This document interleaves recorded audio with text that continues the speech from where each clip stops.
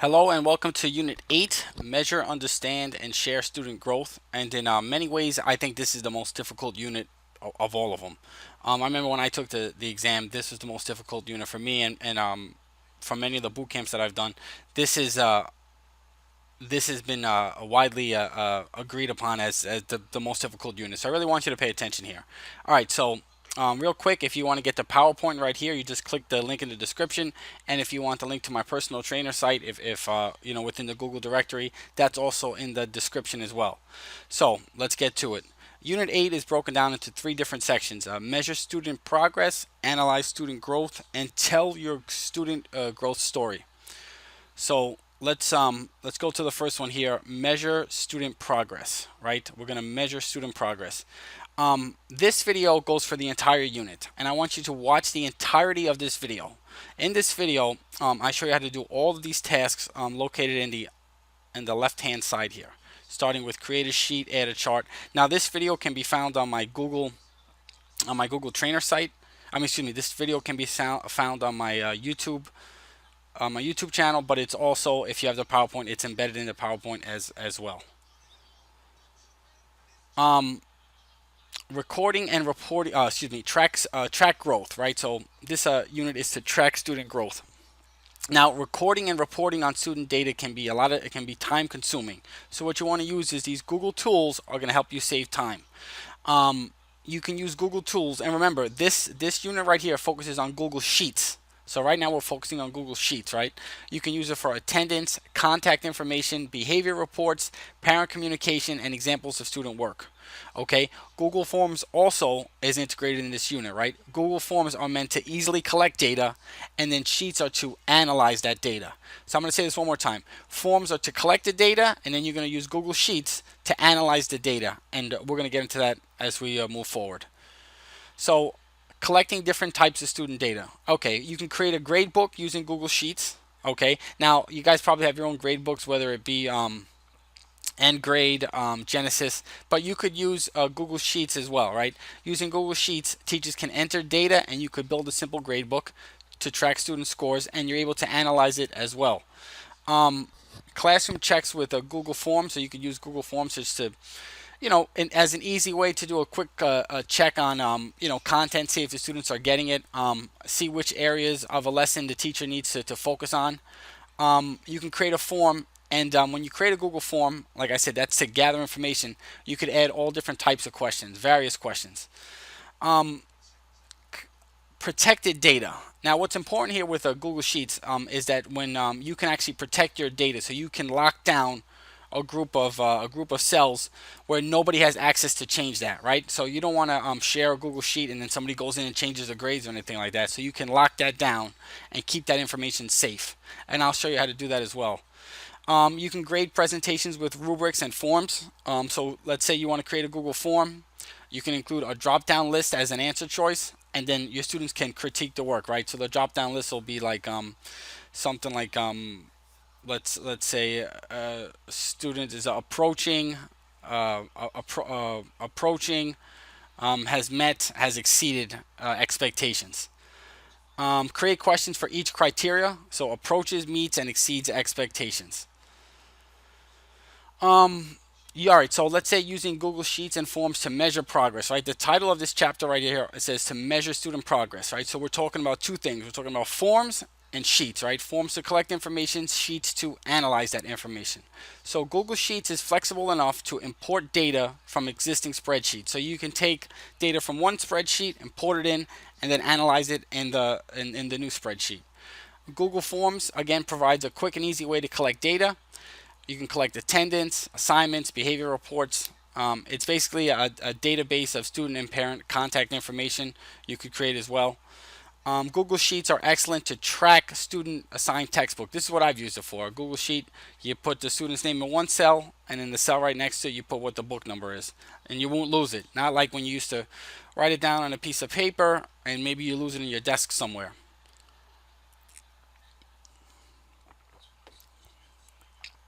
All right, using sheets and forms to measure progress. We use Google Forms to collect anonymous data. Okay, Forms is great for collecting anonymous data. You can get information from parents, students, etc. Okay, forms act as a quick formative assessment. Okay, you can give a quiz as you can use Google Forms to give a quiz. Um, and using Google Forms, you could collect all different types of data here. I want you to focus down here. You can collect data in terms of text, time, numbers, dates, all of this within Google Forms.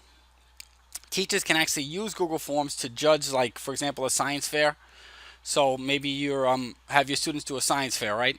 And you send out Google Forms to everybody, let it be anonymous, and just have them anonymously judge who was the best, who had the best project.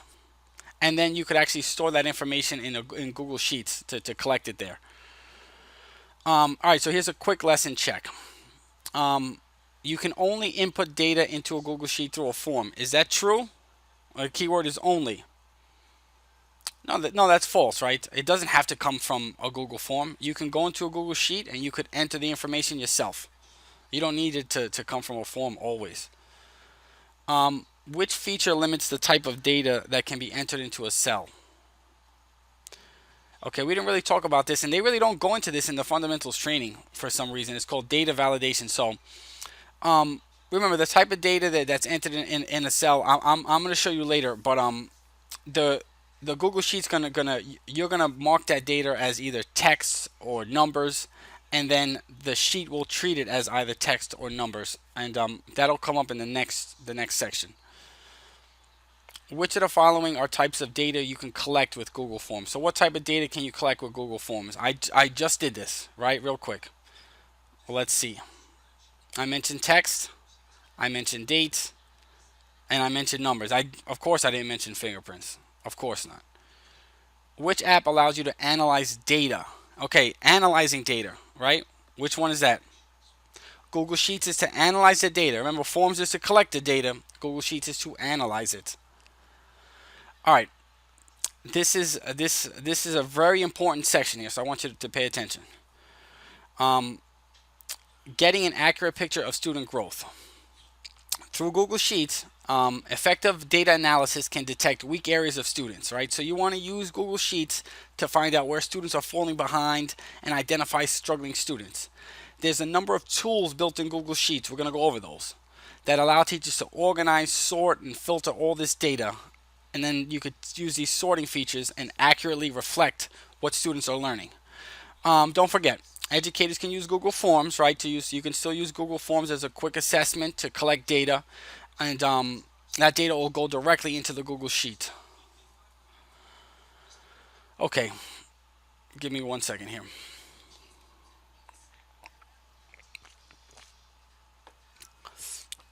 So determine which formula and function to use. It's important to know which features are available for us to use. So a good place to start is to search the functions list and use keywords. Here's a quick link if you have the PowerPoint. You click it and it'll take you right to a place where you can see all the formulas and stuff you'll find it all really quickly. Here's an example. Search for case to find a formula that will instantaneously change text into lowercase. So if you search case, they're going to give you a formula to change all your text into lowercase letters. What type of data is it? This is what I talked about before. When you're collecting data, you got to define what it is. Okay, so if you're collecting information on a Google Sheet, define it as either a text, date, number, money, etc., and so forth. When you select a particular format for a cell, it's going to determine how that data is displayed, right? So if you select it as text, data, numbers, that's all going to be taken into by the Google Sheet. For example, if you format a column as a text and enters numbers into the cell, you won't be able to add them together. So again, one more time, if you put if you put the data as text, and then you put a whole bunch of numbers and you try to use a sum function to add those numbers up, you're not going to be able to do that because you've designated the data as text, and it's not going to be the function is not going to work for adding text. It's just not going to work. So if you want to add numbers together, make sure you set that data, those numbers, as numbers, and I'll show you to do that next. Okay, so to define what type of data it is, take a look here in the top left. You go to format, and right now it's at number, but you can go to number here, and then you'll see all different ones. So you can check it off as plain text because it was already as number. Now I changing it to plain text. But if you go below, you can set it as a number, a percent, scientific, accounting, financial, currency, date, time, etc., and so forth. Okay. Remember, this is just me reviewing right here on the right. When collecting data, you got to define what type of data it is, right? Say if it's text, if it's dates, if it's numbers. If you format a column as text and enter numbers, you won't be able to add them together. Okay, these are the tasks that you have to be able to do. This is where it gets really tricky on the Google Certified Educator test. But you know what? I don't want to say it's really tricky. Just pay attention right here, and I think it's a little bit scary when you look at these Google Sheets. But once, if you pay attention here and you go back and just try yourself, you're gonna find out it's much easier than it looks. Much easier. So these are the tasks. Okay, these are all quick links. If you click this link here, it'll take you to a video I've created of me doing that. Take you to the video of me doing that. And all these videos are on my YouTube channel. This is just the quick links. So let's get going. Okay, so let's say you want to perform these functions here. Okay, let's say you want to do the count function, the average function, and the sum function. So I'm going to go back real quick. Okay, here's the average. Okay, the count function. Okay, sum. Okay, so these three are part of the previous page. So to perform these functions here, here's what you do. Go to insert. Okay, then you go to function, and then you would pick average, sum, or count. However, make sure you outline the numbers you want to do this to. So you want to first maybe outline. Okay, all you would do is just click and drag down to outline a column here, and then go to insert, function, and then you could pick one. Now that's one way to do it. Okay, that's the easy way. The other way to do it is to actually use a formula. So take a look down here. I selected all these numbers, and then at the bottom one here, I'm using the formula, which is equals count, and then I'm going from G2 all the way to G14. So take a look down here. This is the formula. So you got to start the formula with the equal sign, put what the formula is, then the parentheses around the range. So the range here is from G2 all the way to G14. Again here, this is for average.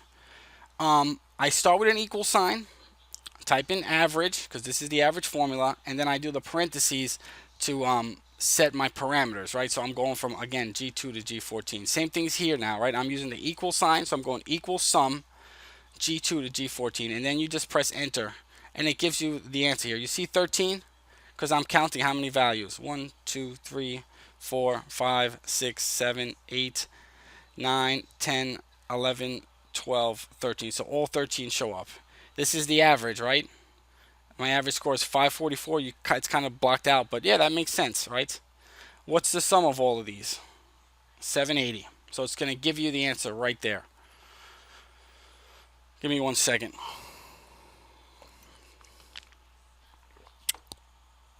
I just want to say something. I know I'm speaking really fast and I'm going really fast. That's because this is a video, and I know you guys have a short attention span, so I'm not trying to keep you here forever. I'm trying to go through this as fast as I can. That's why I'm speaking fast.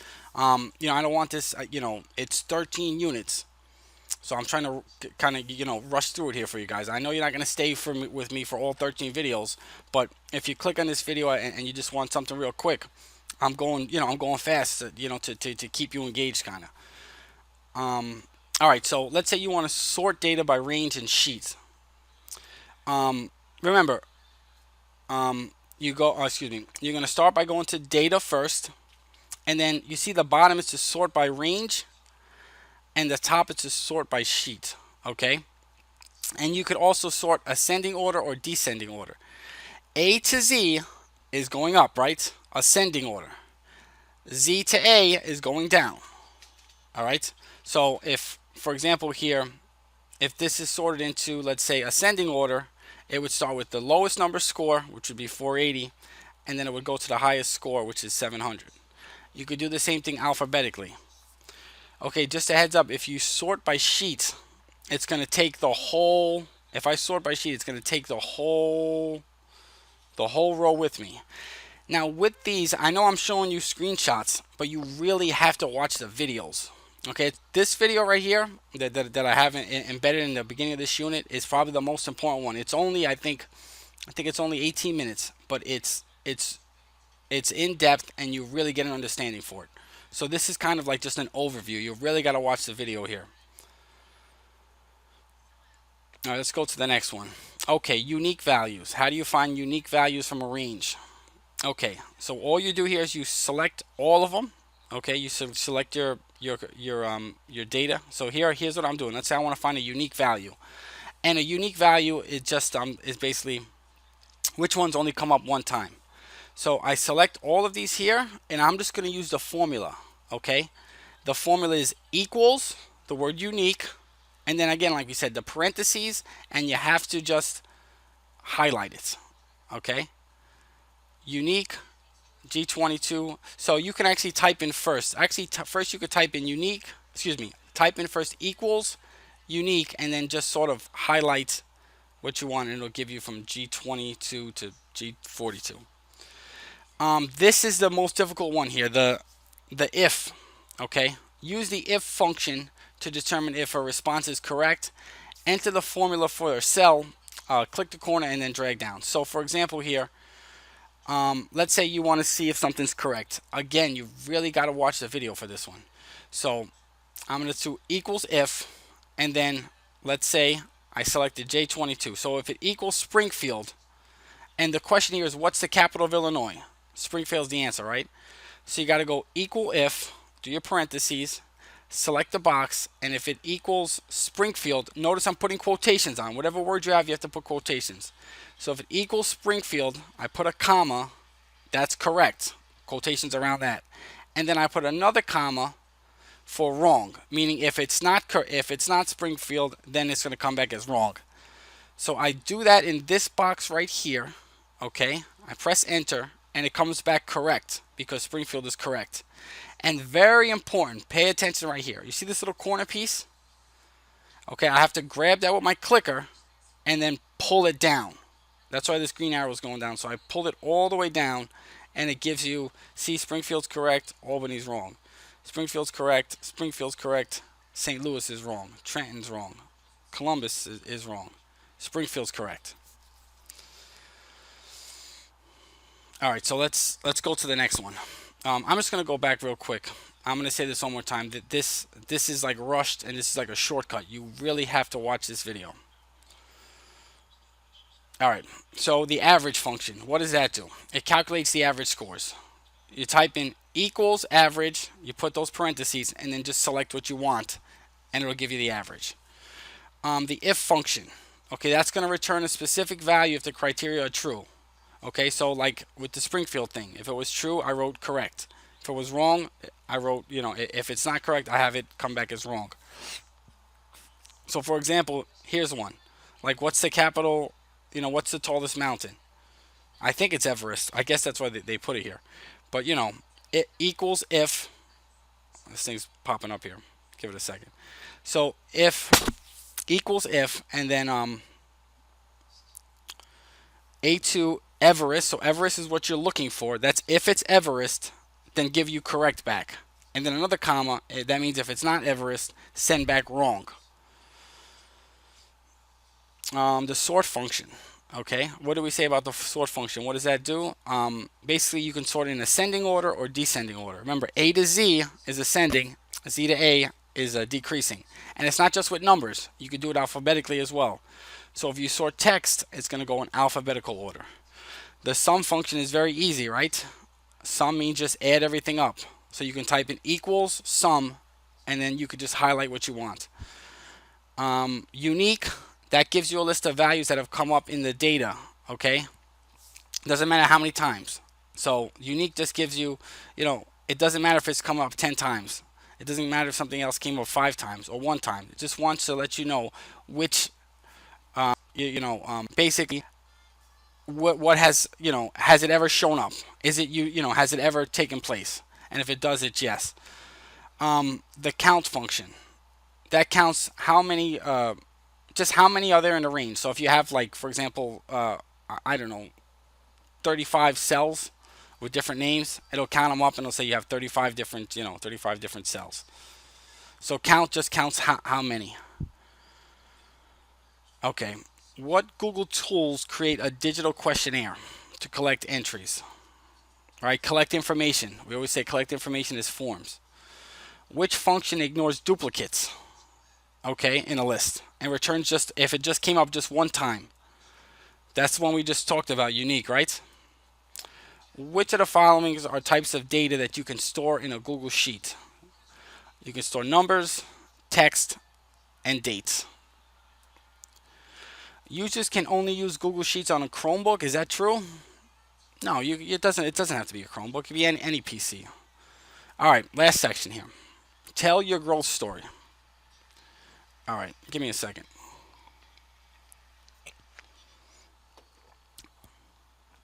After analysis of data is complete, the next step is to share and communicate that information. Bar charts are built into Google Sheets and can represent student growth. In my video, I'll show you how to add charts directly into a Google Sheet. Okay, so you got to watch the video. Simply share the sheet with anyone for visualization. So you can embed the sheet in a Google site if you want, and it becomes a repository of student information. The most important consideration when displaying data is to ensure it's accurately formatted. That's what we talked about, right? If it's text, you got to format it as text. You can't have dates formatted as numbers. The results are going to be all messed up. Look for trends in student data. Now we're talking about analyzing data. You want to find trends, okay?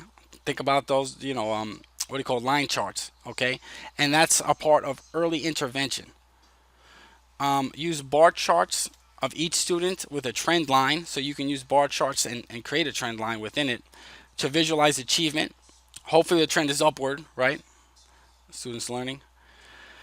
Private Google sites have become a way to share information with parents. So you create a private site just for that parent. And then you could set up sharing permissions so that they have permission. And each parent can only see their child's information. So that's a great way to use Google Sheets and get that data out there. Google Sites. With Google Sites, you can embed charts that track grades, and the charts are automatically updated every time a new grade is recorded. So every time you put a new grade in, the chart is automatically updated. So you don't gotta have to keep going back to the site. So that's really a good and saves time. Use sharing permissions in Sheets. Teachers can give other teachers view-only access to information. So it's up to you, right? If you want to share it and you give view-only access, that's fine. Remember, you can always protect data, okay? That's in the video too. I keep mentioning that video because it's really important. Using Google Forms as an assessment, teachers, they can generate a pie chart. The pie chart is for group performance, okay? Because you really don't see, it doesn't really name students. It's not for individual, it's for group work. But you can see areas where students struggled as a group. With each student, with each student has their own Google Sheet with their score and data in it. Again, right? So even if you use a Google if you use a Google form and then you get back the information, there's still, you can still download a sheet where each student has their own information. All right, pie charts are just one of the many ways to display information. Bar charts are the most common way to graph for data analysis, right? The most commonly used charts are bar charts. However, there's a bunch of different charts here, right? You've got bar, column, stacked bar. So it's not just one type of bar chart. Remember, there's different bar charts you could use. Pie charts are display results from the entire class, right? We said pie charts are for the whole class. So as a whole, with pie charts, the teacher can analyze which areas the students in the class are strong or weak in. Pie chart results are anonymized, so when they share with others. It may be more telling to see if there is a general up or downward trend.